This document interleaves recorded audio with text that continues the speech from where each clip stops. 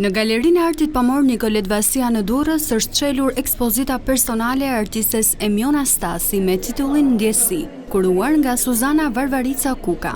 Ekspozita sill një përzgjedhje veprash që përmes ngjyrave dhe kompozimeve përcjellin ndjesinë e qetësisë, lidhjen me natyrën dhe reflektimin e brendshëm të elementeve që përbëjnë thelbin e krijimtarisë së artistes. Autoria tregon se në ekspozitën e 7 vetjake ka ardhur ndryshe, duke përdorur guralec të mbledhur në gjirin e Durrësit për të formuar peizazhe dhe portrete që pasqyrojnë emocionet. Këtë radhë kemi dhe një ndryshim nga herë tjera, mbasi unë vi me një seri të madhe gati gjysma ekspozitës, është me punime me guraleca të mbledhura në bregdetin e Durrësit, edhe një pjesë e tyre janë dhe terrakota, po natyral.